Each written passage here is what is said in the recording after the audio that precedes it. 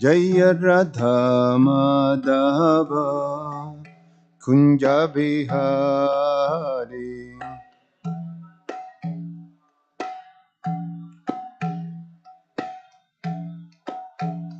Jaya Gopi Janna Ballabha Giribharadhari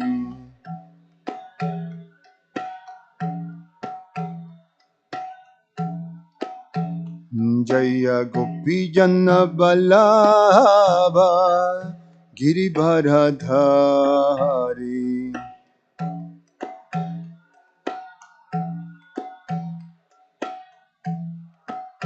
Jashodanandana Braja Jana Ranjana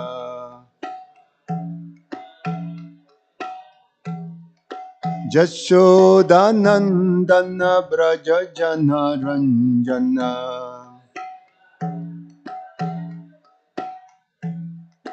Jamuna Tira Vanachari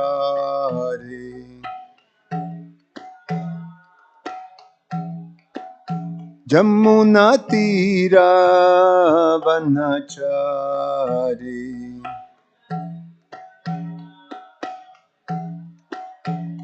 Jaya Radha Madhava Kunja Vihari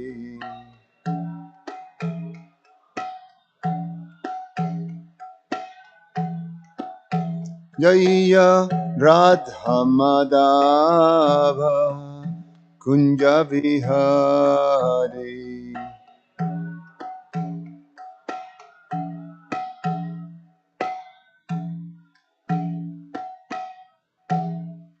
Jayam Vishnupad Paramahansa Parivrajagacharya Ashtotara Shatashi His Divine Grace A.C. Bhaktivedanta Swami Srila Prabhupada Ki Jayam Vishnupad Paramahansa Parivrajagacharya Ashtotara Shatashi His Divine Grace Bhaktisiddhanta Saraswati Goswami Maharaj Srila Prabhupada Ki Ananta Koti Vaishnava Vrinda Ki ISKCON Founder Acharya Srila Prabhupada Ki Grantara Shrimad Bhagavatam Ki Nitai Gaura Premanande. Oh, glories to the assembled devotees, oh, glories to the assembled devotees, oh, glories to the assembled devotees, oh, glories to Shishiguru and Shiguranga. Om Namo Bhagavate Vasudevaya. Om Namo Bhagavate Vasudevaya. Om Namo Bhagavate Vasudevaya.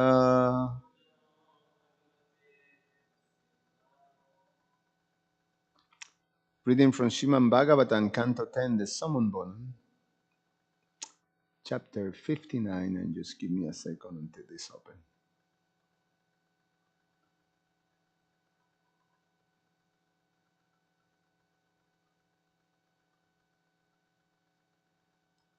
What text is today, Krishna? Huh? 25.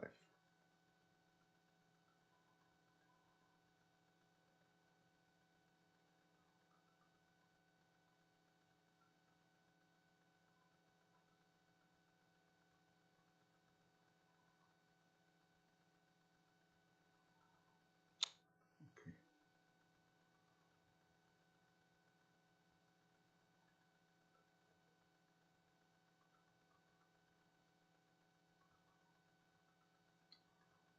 The killing of the demon Naraka, Chapter 59, and the text 25.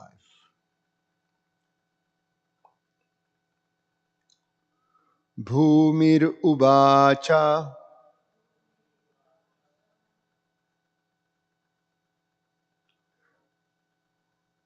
Namaste Deva Devesha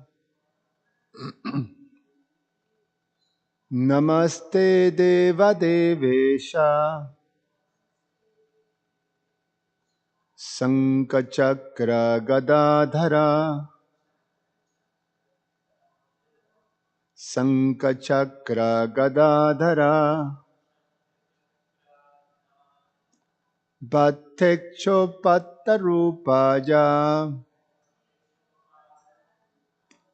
Bhattekchopatarupaya Paramatman namostute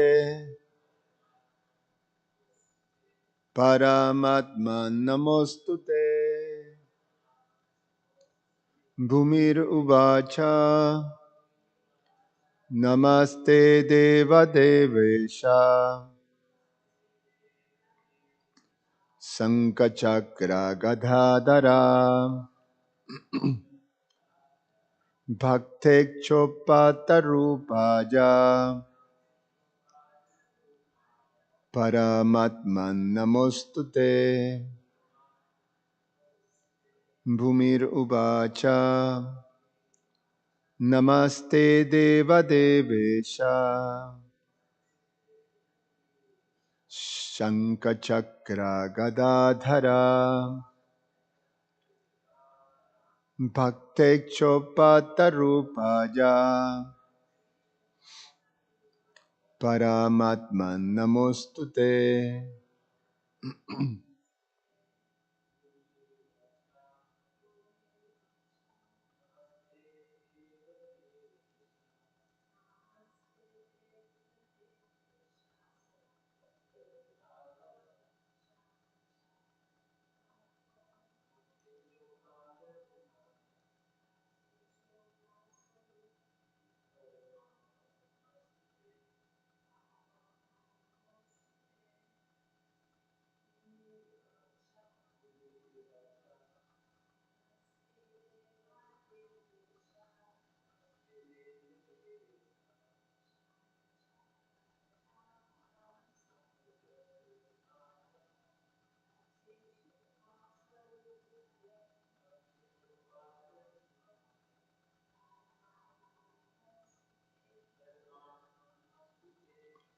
Bhumi uvacha, the earth goddess said, Namaha, obeisances, te, unto you, Deva Deva, of the lords of the demigods, Isha, O Lord, Shankha, of the conch shell, Chakra, disc, Gada, and club, Dhara, O holder, Bhakta, of your devotees, Icha, by the desire, Upatta, who have assumed, Rupaya, your forms, Parama Atman, O Supreme Soul, Namaha, obeisances, Ashtu, let there be, Te, unto you. Translation by the disciples of His Divine Grace A.C. Bhaktivedanta Swami Srila Prabhupada Ki Jai. Goddess Bhumi said, obeisances unto you, O Lord of the chief demigods, O holder of the conch shell, disc, and club, O supreme soul within the heart, you assumed your various form to fulfill your devotees' desires. Obeisances unto you. That's the only verse today, no? Okay. Om Jnana Timirandasya Jnananjana Shalakaya Chakshur Ummilitam Yena Tasmai Sri Guruve Namaha. Namo Vishnupadaya Krishna Prasaya Bhutale Srimate Ramapada Swami Iti Namine. Namo Vishnupadaya Krishna Prasaya Bhutale Srimate Bhaktivedanta Swamin Iti Namine. Namaste Saraswate Deve Gauravani Pracharine Nirveshesha Shunyavadi Pashatyade Shatarine Vanchakalpa Tarubhyascha Kripa Sindhu Vyaevacha Patitanam Pavanebhyo Vaishnavebhyo Namo Namaha. Srila Vishwanath Chakravarti comment on this verse, quote, You know my sincere heart, since you're Paramatma, even though I am the mother of someone opposed to you. So Srila Vishwanath Chakravarti is revealing to us the heart and the mind of Goddess Bhumi as she speaks these prayers to the Lord. Srila Jiva Goswami comments, you are the protector of the Devatas like Brahma, Deva, Devesha. Therefore, you hold the conch to kill the wicked. You appear in various forms like Matsya by the desires of your devotees. You give them proper intelligence, Paramatman. And Srila Sanatana Goswami comments, you are the protector of the Devatas like Brahma, Deva Devesha. Therefore you hold a conch, this and club to kill the wicked. You appear in various forms like Matsya by the desires of your devotees. You give them proper intelligence, Paramatman. The order of holding the weapons is from the lower left hand and ending with the right lower. Since his consort is situated on his left, she mentioned first the left. At this time, he was seeing four arms as Narada see him. Quote, O Devadevasha means Narayan. That is true. He is you. Thus, the four-armed form is described holding the conch, etc. Why?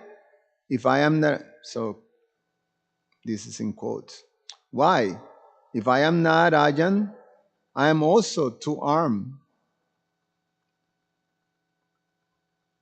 You assume forms according to the desire of your devotees.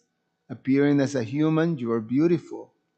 By your power, you spread everywhere, or you are the dearest of all to all people, Paramatman.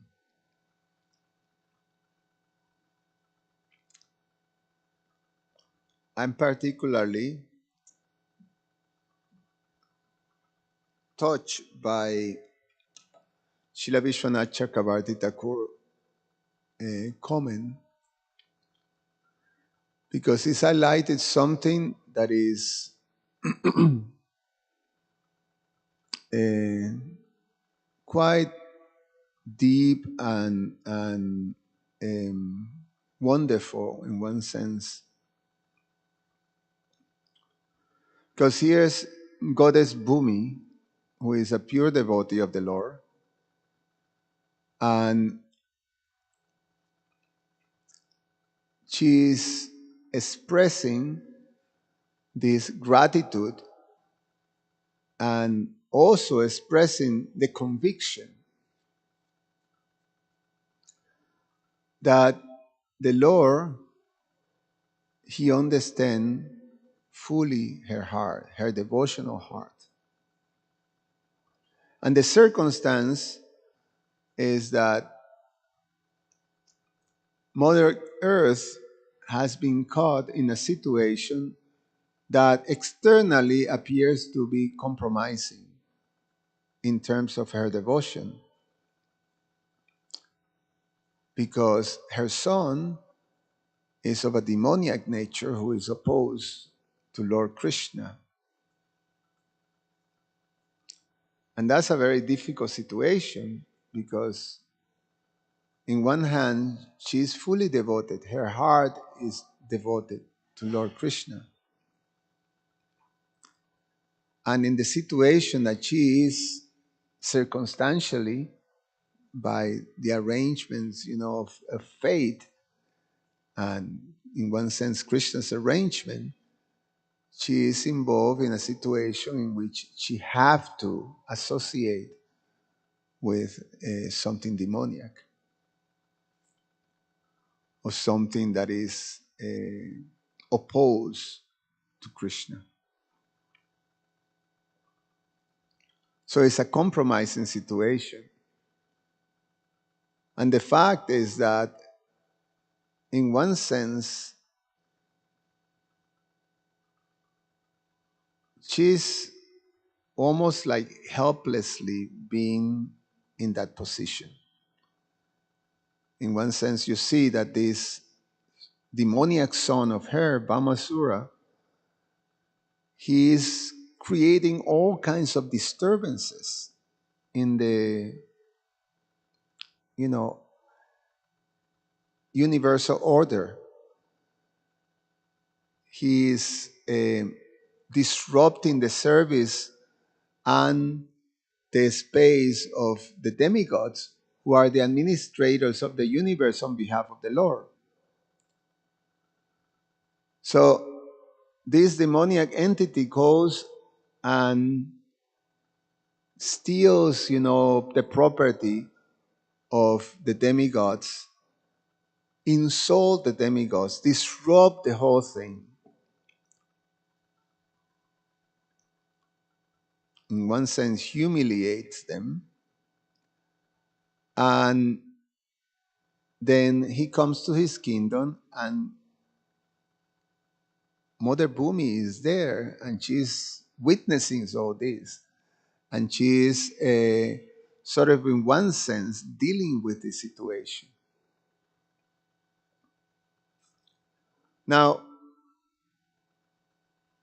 sometimes we as devotees may be caught in some circumstance that is compromising in one sense. And how do we deal with that situation? It's not an easy thing. Sometimes, out of duty, one is caught in some compromising situation. And we see through the um, Vedic histories that there are so many great devotees that are caught in this situation. Devotees of perfectly pure heart caught in these very compromising situations in which they have at times to side or to be alone with disrupting elements that are against the principles of Dharma, or even directly against Krishna. We have the example of Grandfather Bhishma and Drona Acharya, who were caught in this situation that they were, by obligation, having to side with Duryodhana, who was of a demoniac nature. They perfectly understood what was right. In fact, in the case of Grandfather Bhishma, he is one of the 12 authorities in the principles of Dharma in the universe, recognized authorities. In the same level of recognition and authority as Vyasadev, Lord Shiva, Yamaraj, and so on. So a great, great personality. And he get caught in this situation. And he was caught in a very, very difficult situation too, when, on the order of Duryodhana, Dushashan was dragging Draupadi into the court of the Kurus to insult her. And Grandfather Bhishma was caught in that situation in which externally it was something that was condemned because he remained silent. So, how to understand this? Sometimes you have,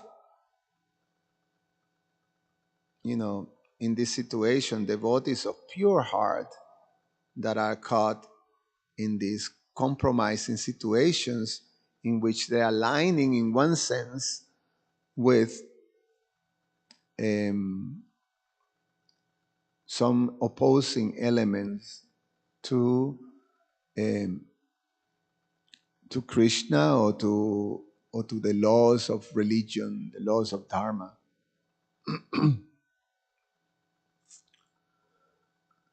So when it comes to the pure devotees, it's part of the lila shakti of the Lord. It's part of the arrangements that the Lord made for performing his pastimes.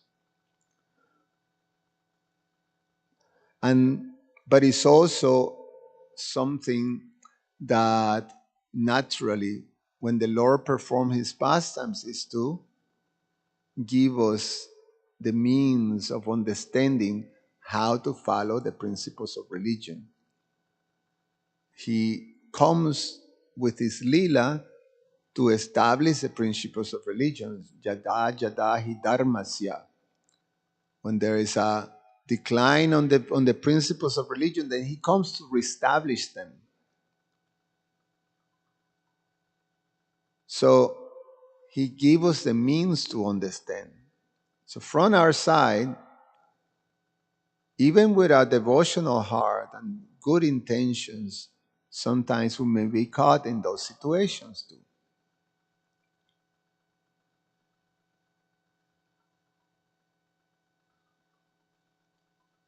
And for us, it's important to acknowledge that situation and uh, be, how you say, in the case of um, Goddess Earth, she is declaring, she is declaring um, her situation, and she is making reparations from that situation by giving the stolen items that her son have taken back to the Lord, so the Lord can reinstate those to the righteous owners, righteous owners, the demigods. So when we caught in that situations, having faith that the Lord understands your heart, that although you may have been caught in a situation that is compromising, then you do the steps to repair or um, to do the appropriate steps to put the whole situation right, to right the situation. And it's an important principle as we go in the path of Krishna consciousness and go into the whole process of anartha nivriti, of eliminating the unwanted things within the heart. Because as long as we have some material attachments and some conditions, that some material conditioning, then we're going to make mistakes at times. And that's natural. But when your heart is in the right place, then Krishna help us. Once Krishna exposed that to us and sometimes to others, then we can make the proper, with that devotional heart, we can take the proper steps to correct the situation. And that's Krishna's mercy. That's how Krishna um, reciprocates with our devotional heart.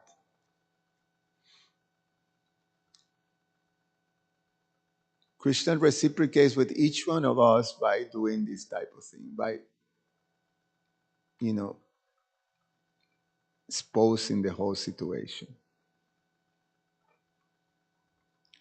So it's something that we all have to go through in so many different levels and throughout the whole process of becoming purified.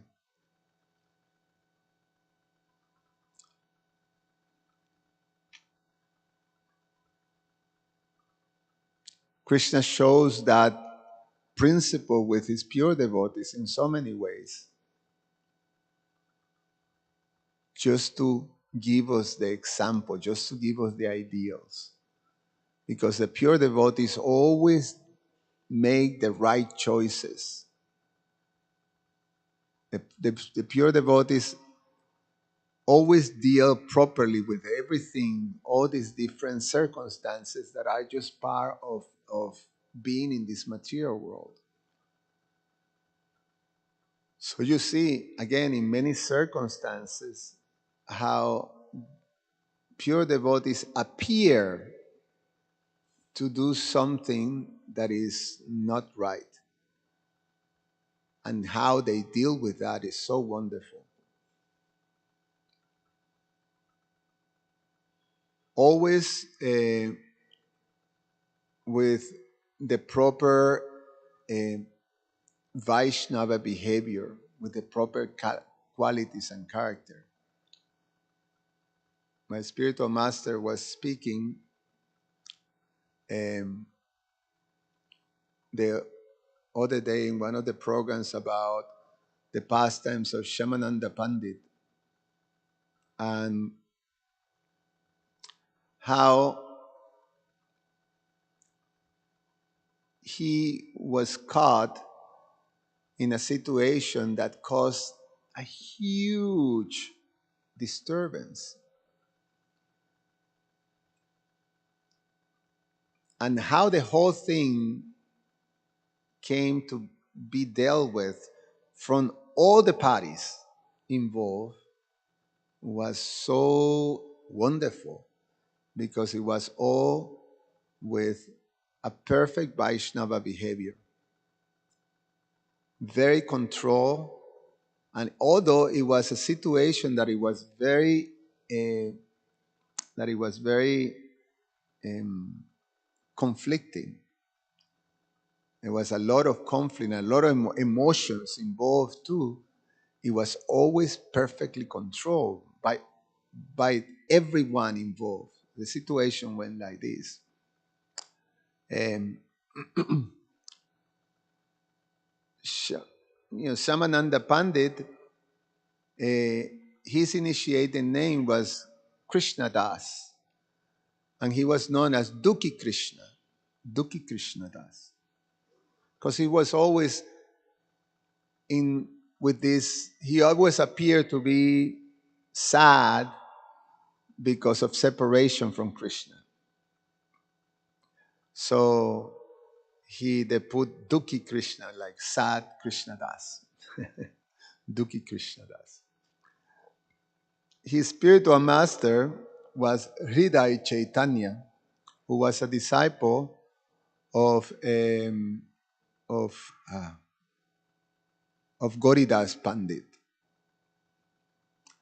Hridaya Chaitanya was an amazing, beautiful devotee that became famous because the deities of Goridas Pandit were the deities of Gornitai, and they were famous because the deities will step out of the altar and do things, like that. So there was a situation in which the disciple, Chaitanya Das, was involved in this beautiful Harinam in the streets. And Gornita in the altar, well, they're like this. Lord Nityananda is like this, and Lord Chaitanya is like this, with the hand of, giving mercy. Tall deities, very beautiful. Uh, when they heard the kirtan, they step out of the altar and stand to run out the door to join the kirtan. And then Goridas Pandit seeing that they were walking away, and then he took a stick and said, "Come back! That you have to finish your offering. You cannot go. There's the boga is there, so you have to eat." So, and then when Lord Chaitanya and Lord Nityananda over their shoulders sees Goridas Pandit very angrily with a stick waving at them, they run, and they run towards the kirtan, and then Goridas Pandit went behind it, with a stick, and as they reached the square where the kirtan was happening, Lord Chaitanya jumped into the heart of Chaitanya Das. So, and hid in there. So since that time, he was known as Hridai Chaitanya. So Chaitanya, who is in the heart of this devotee. So very wonderful devotee, pure, pure, pure, pure devotee of Lord Chaitanya. So his disciple was Dukhi Krishna Das. He sent Dukhi Krishna Das to Vrindavan to study with Srila Jiva Goswami, and along with two other students of Srila Jiva Goswami, they became these three most wonderful students: Narottam Das Thakur, Srinivas Acharya, and Dukhi Krishna Das. So Dukhi Krishna Das was very simple and humble, and he was giving the service to sweep and clean the area called as Sevakunj, which is a garden that Lord Krishna and the gopis regularly use for Rasa Lila dance. So they meet there. It's in Vrindavan. It's very close to the temple of Srila Jiva Goswami, the Radha Damodar. So Dukhi Krishna, while cleaning, he found an ankle bell, beautiful, brilliant golden ankle belt, and he saw, and when he touched that ankle bell and he picked it up, he became full of ecstatic love. He experienced these ecstatic symptoms, and he saw this old lady coming, and the old lady say, "Oh, if while cleaning, he found an ankle bear from this gopi that lost her ankle belt." And he say, yes, but he can understand that this ankle bear is very special. So he wants to know who is the owner of this ankle bell. Anyway, a long story, given short, that old lady um, um, manifested as Lalita Shaki and took Dukhi Krishna to Shrimati Radharani. Dukhi Krishna, when he was taken into the audience of Shrimati Radharani, he assumed the form, his eternal form was revealed, and he assumed that form of a gopi. As a gopi, her name is Kanaka Manjari, and one of the Manjari gopis, assistants of the main gopis of Vrindavan. So Shrimati Radharani was very pleased, and she placed the ankle bell in the forehead and created a tilak and give her a name, that he will be known now as Shamananda. And then he have this tilak. So anyway, the pastime goes on. He goes back into external consciousness, but now, and Srimati Radharani say, do not tell anyone, what happened here. So he has now a special tilak, not the regular Vaishnava tilak, a special tilak. And he now announced that his name is Shamananda, no more Duki Krishna. So Shamananda. So he have to explain, although Shrimati Radharani ordered him not to say, but he just confidentially said, revealed to Srila Jiva Goswami, and confidentially asked Srila Jiva Goswami, please do not reveal. He was ordered by Shrimati Radharani. So Srila Jiva Goswami promised that. But what happened is that among the pilgrims that sometimes come to Vrindavan, where some people, when some of the disciples, God's brothers of Duki Krishna Das from Hridaya Chaitanya, and when they saw that wait a minute, he has a new name, so he got reinitiated. Must be Jiva Goswami must have reinitiated, so they make some assumptions. And now he's wearing a different tilak. What's going on? So they went back very upset about it because, it's something that is not proper Vaishnava etiquette uh, that the disciple of a bona fide spiritual master gets reinitiated again. And then they went back and told Hridaya Chaitanya. And Hridaya Chaitanya was very surprised, and he said, well, this is very wrong. So they decided they're going to go, a whole entourage, many disciples and many people from that area, they all went to Vrindavan to confront the situation. So the first one, obviously, now Shamananda, he get to know that, and he was mortified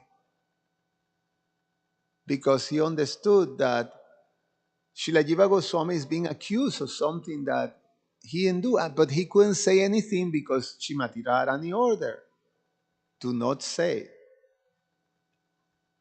So now there's this whole commotion, this huge amount of people headed by his spiritual master, a pure Vaishnava, comes, and then the spiritual master first meet with Srila Jiva Goswami and question Srila Jiva Goswami.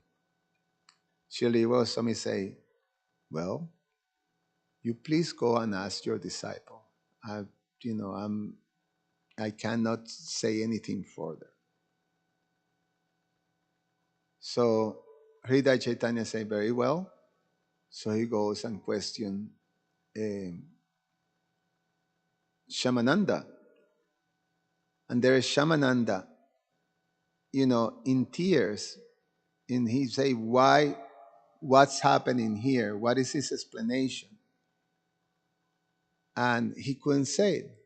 So he was in this conflict. He couldn't say it. And meanwhile, there's all this huge amount of people behind the spiritual master, all waiting for the answer.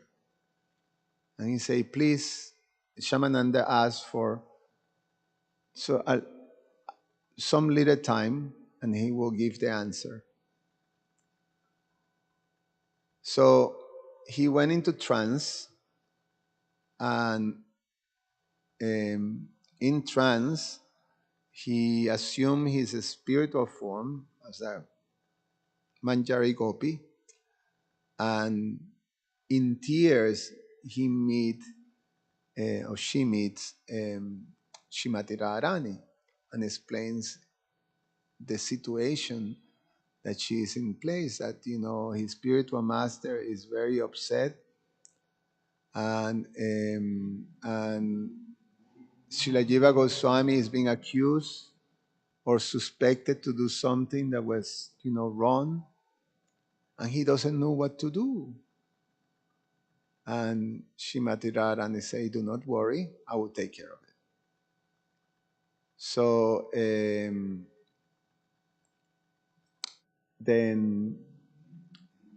um,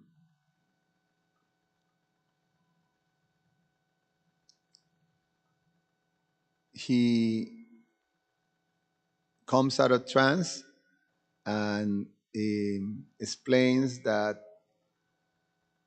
he cannot give the explanation, but it will be resolved by the mercy of Srimati Radharani. And Srimati Radharani appears in a dream and Hridaya Chaitanya say very well, so they gave the time, and then Srimati Radharani appears in a dream and then correct the whole situation. The beauty of the whole thing is how a very, very hot, conflicting situation was dealt by all the members. It was all very, very properly, with proper Vaishnava etiquette, with proper, there was no uncontrolled emotions or screamings or things like that, but it was all so controlled throughout. And everything was resolved very, very wonderfully. So I'm bringing that up because in situations, whatever situations we get caught, if we maintain this proper etiquette and proper behavior and be very careful to control our emotions and deal with each other in a very respectful way.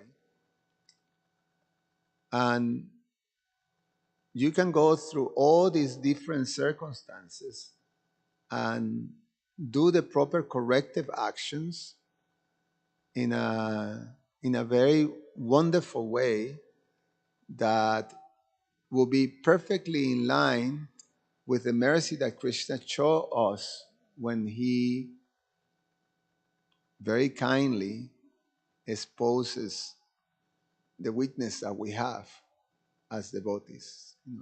Those anarthas that are much more subtle becomes exposed.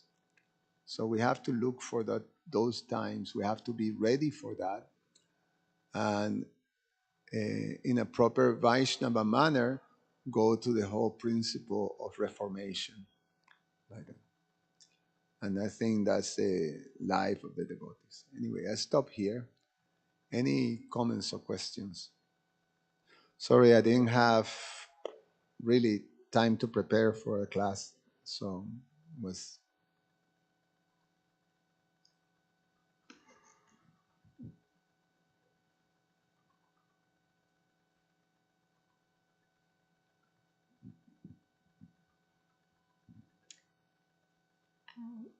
What is Grandfather Bhishma's steps of reparation towards Draupadi? What's that? What is Grandfather Bhishma's steps that he undertook as reparation towards Draupadi?